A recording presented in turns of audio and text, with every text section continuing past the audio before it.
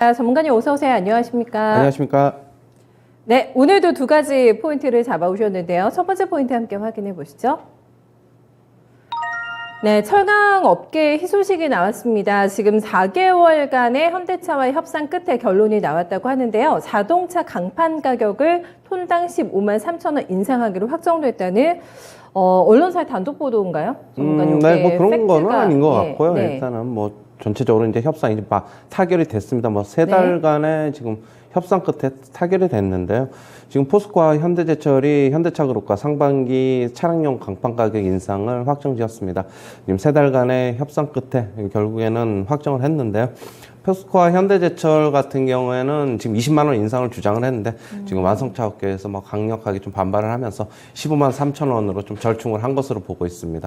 지난해에도 상반기와 하반기 두 차례 모두 인상을 했는데 상반기에 5만 원, 하반기에 12만 원을 인상했는데 올해도 상반기에 15만 원 벌써 인상을 확정을 지었고 하반기에도 또 추가적으로 인상할 계획으로 지금 알려져 있습니다. 지금 이렇게 본다면 완성차 업계 같은 경우는 그동안에 판가 인상하고 믹스 개선, 즉 이제 SUV 고가 판매 차량을 팔므로써 이제 대응을 해왔는데, 현대차 그룹도 결국에는, 아직까지는 구매 수요가 뭐 아직 줄고 있지 않기 때문에 올해도 판가 인상을 할 것으로 보고 있는데요. 작년에 지금 글로벌 시장에서 현대차 그룹 같은 경우에는 판가 인상을 약 20% 정도 했어요. 그렇다고 본다면 올해도 상당 부분 좀 인상이 있지 않을까 그렇게 보고 있습니다. 그 이유는 작년에 상반기에 톤당 5만 원 인상했고 그다음에 하반기에 12만 원 인상했기 때문에 토탈 17만 원 작년에 인상분이었는데 올해 물론 하반기에 어떻게 지금 또다시 이제 강판 가격 인상이 협상이 될지 모르겠지만은 뭐 작년 수준만큼 벌써 상반기에 올려놨기 때문에 역시 원가 인상분을 자동차 업계에서도 결국엔 전가하지 않겠느냐 하는 게 뭐 일단 대부분의 예측입니다. 네. 뭐 그렇다고 본다면은 역시 철강 업계는 다시 뭐 수익성 개선이 일어날 것으로 보여가지고 괜찮을 것으로 뭐 실적 여전히 괜찮을 것으로 보고 있고요. 뭐 현대제철 같은 경우에는 주가 지금 4만 1천 원이기 때문에 좀 어느 정도 좀 가격 메리트도 좀 있지 않나 그렇게 보고 있습니다. 뭐 그동안에 뭐 중소형 철강 업체, 세아제강, 문배철강, 한일철강 이쪽에서 주가가 굉장히 급등했는데 지수가 그동안에 이제 못 가다 보니까 뭐 포스코나 현대제철 같은 경우에는 상대적으로 오름폭이 적었는데 조금 상승을 조금 더 할 수 있을 것으로 개인적으로는 보고 있습니다. 철강업체 대형주들 조금 관심 가져보는 게 괜찮아 보입니다. 네, 이게 상당 기간 진통이 있었잖아요. 현대차에서는 우리는 너무 많이는 못 올려준다. 그리고 원자재가 많이 올렸기 때문에 철강업체에서는 빨리빨리 올려달라는 그 장기간의 어떤 줄다리기 끝에 나온 협상인데 당초에는 철강업계가 한 20만 원 정도 올려달라고 맞아요. 했던 것으로 알고 있거든요. 네. 이 정도만 올려도 수익성이 충분히 개선에 도움이 되는 거죠. 그렇죠. 뭐든지 자기네 그 일방적으로만 주장을 할 수 없잖아요. 같이 뭐 계속적으로 협력 관계인 만큼 뭐 그거 일단은 어느 정도 손실분 그러니까 인상분을 서로 간에 뭐 좀 협상해서 좀 확정한 것으로 보고 있고 뭐 이 정도만 올려도 뭐 일단 철강업계에서는 뭐 저 같은 경우에는 선방한 것이다 좀 보고 있어요. 하반기에 뭐 인상폭이 어떻게 될지는 모르겠지만 그동안에 뭐 계속적으로 철강주 뭐 피크아웃 우려 계속적으로 우려가 작년서부터 있어가지고 주가 많이 빠졌지만 여전히 실적에 대해서는 뭐 걱정하지 않아도 된다. 이게 지금 결국엔 B2C 기업과 소비자 간의 거래가 아니라 B2B 기업과 기업 간의 거래이기 때문에 가격 인상도 수월한 것으로 보고 있습니다. 알겠습니다. 조금 크게 부르기도 했겠죠. 네, 20만 원을 일단 불렀습니다만 약간 절충된 수준에서 15만 3천 원이 확정이 됐다고 합니다. 그리고 이제 판가 인상 같은 경우는 자동차 업계에서도 있을 것으로 예상이 되기 때문에 이런 부분들이 과연 수익성 개선에 도움이 될까요? 양측 다 윈윈 전략이 될지 함께 점검해 보셔야겠습니다. 일단은 동시호가상에서는 철강주 괜찮거든요. 네, 현대제철이 0.8%, 포스코홀딩스도 1% 가까운 상승권에서 출발되게 하고 있습니다. 두 번째 포인트 같이 보시죠. 은행주를 보시는군요. 은행주 6월 중간 배당에 관심이 높아지고 있다. 지금 시장에서 뭔가 확실한 투자처를 찾고 있잖아요. 투자자들이 워낙에 불안하기 때문에 중간 배당 상당히 메리트가 있을 것 같은데요. 지금 결국에는 은행주가 이제 6월에 중간 배당을 대부분 좀 할 것으로 보고 있는데요.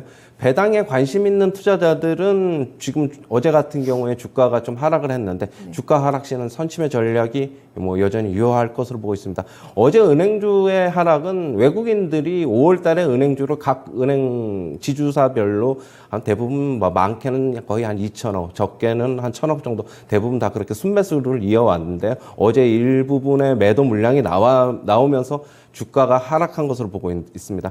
지금 결국에는 금리 인상 사이클에서 외인들이 은행주에 관심을 갖는 것은 금리 인상 사이클에서 순이자 마진이 확대될 것으로 보고 있고, 그리고 주주 환원 정책이 계속적으로 은행주들이 이어지고 있어가지고 배당에 대한 어떤 기대감 때문으로 뭐 그렇게 뭐 매수를 한 것으로 보고 있습니다. 결국에는 지금 현재 장세가 뭐 굉장히 어떻게 보면 불확실성이 좀 많다 보니까 실적하고 배당 모두 다 둘 다 가질 수 있는 은행주들을 외인들은 좀 매수를 한 것으로 보고 있고요. 여전히 글로벌 은행, 특히 이제 미국 은행주들보다는 쌉니다. 지금 미국 은행주들은 PBR 기준으로 한 1.6배 정도 되는데 우리나라는 4분의 1 수준, 0.4배 정도밖에 안 되기 때문에 국내 은행주들 여전히 싸다고 보고 있고요. 지금 보면은 지금 금리 인상 사이클에서 한 가지 우려되는 거는 계속적으로 뭐 얘기가 나오고 있지만은 결국에는 연체율이 높아지면은 부실채권이 늘어날 것이다.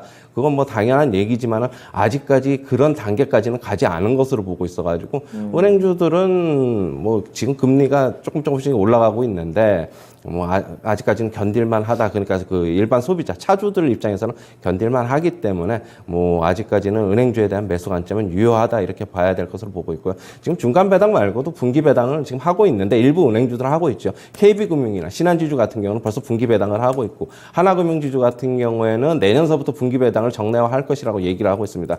그리고 우리금융 같은 경우에도 내년까지 그러니까 결국에는 배당 성향을 지금보다 더 높아진 30% 수준까지 상향하겠다고 한 만큼 은행주들에 대한 배당에 대한 관심은 여전히 유효하다 이렇게 정리해드리겠습니다. 네. 다만 이제 은행주 대응하시는 분들 입장에서는 조금 답답한데라는 생각을 맞습니다. 대부분 다 하시잖아요. 이런 부분들이 이제 좀 반영이 돼서 올라간다고 하더라도 이제 속도에서 성이 차지 않는 분들 많으실 것 같은데 네. 속도감도 이제는 조금 기대 가능할까요? 은행주들 그렇게 속도감이 늦지는 않습니다. 뭐 하나금융 지주 차트 잠시 한번 보시면은요. 최근에 상승, 어제 하락을 했지만은 최근에 상승은 괜찮았기 때문에 다른 섹터에서 이 정도 상승 나오기가 솔직히 종목들 쉽지 않거든요. 네네. 지금 시장이 안 좋기 때문에 어떻게 보면은 양쪽 다 취할 수 있지 않느냐. 수익과 배당. 네. 그렇게 보고 있습니다. 네. 두 마리 토끼를 잡기 위해서 얼마만큼의 또 많은 투자자들이 몰려들면서 또 강한 퍼포먼스 보여주게 될지 기대 가능할 것 같고요. 일부도에서는 자사주 소각까지도 나서고 있기 때문에 흠잡을 게 없는 지금 굉장히 이런 시장에서 메리트가 있는 주식이다라는 은행주에 대한 평가 나오고 있습니다. 외국인들 러브콜을 계속 이어질까요? 네, 이런 부분도 중점적으로 확인해 보시면 좋겠습니다. 이번에는 최현재 전문가의 추천주 공개합니다. 어떤 종목인지 같이 보시죠. GK를 가지고 오셨습니다. 지금 뭐 리오프닝 관련해가지고 각계전투잖아요. 네, 네. 어떤 점 좋게 보세요? 카지노주인데, 네.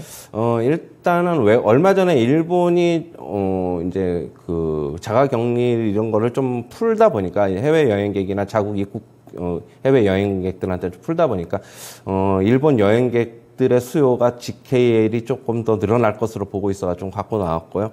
지금 역시 뭐 리오프닝 관련주죠. 뭐 지금 강원랜드 파라다이스 GKL이 있는데 강원랜드 같은 경우는 내국인 전용 카지노, 외국인 전용 카지노는 GKL하고 파라다이스가 있는데 지금 5월 카지노 매출이 집계가 됐는데 전월 대비 200% 이상 증가를 했습니다. 뭐 정확히는 뭐 215% 정도 증가를 했다고 나와 있고요. 지금 큰 폭의 증가를 한 만큼 앞으로 방문객이나 매출은 점점 더 늘어날 것이다. 그렇게 보고 있습니다. 지금 일본 방문객 매출이 중국 다음으로 일본 방문객 매출이 팬데믹 이전에는 제일 컸는데 지금 일본 방문객 매출 팬데믹 이전으로 회복될 것으로 바로 예상이 되고 있고요. 지난 2년간 비용 절감 효과로 인해서 실적 정상화 시에는 높은 이익 레버리지 효과가 발생할 것으로 보고 있습니다. 매수가는 시초가서부터 접근하시고요. 목표가는 17,700원, 손절가는 13,000원 제시하도록 하겠습니다. 네. 지금 실적이 먼저 돌아서는 거를 찾아보는 게 유리한 거죠. 리오프닝 쪽에서도. 그렇죠. 네, 그런 게 바로 카지노가 될 것 같고요. 5월 매출에서도 청신호가 잡혔습니다. 계속된 상방의 가능성 볼 수 있을지 GK에 관심 가지고 한번 지켜보시죠. 네, 최현재 전문가와 함께한 체크포인트였습니다.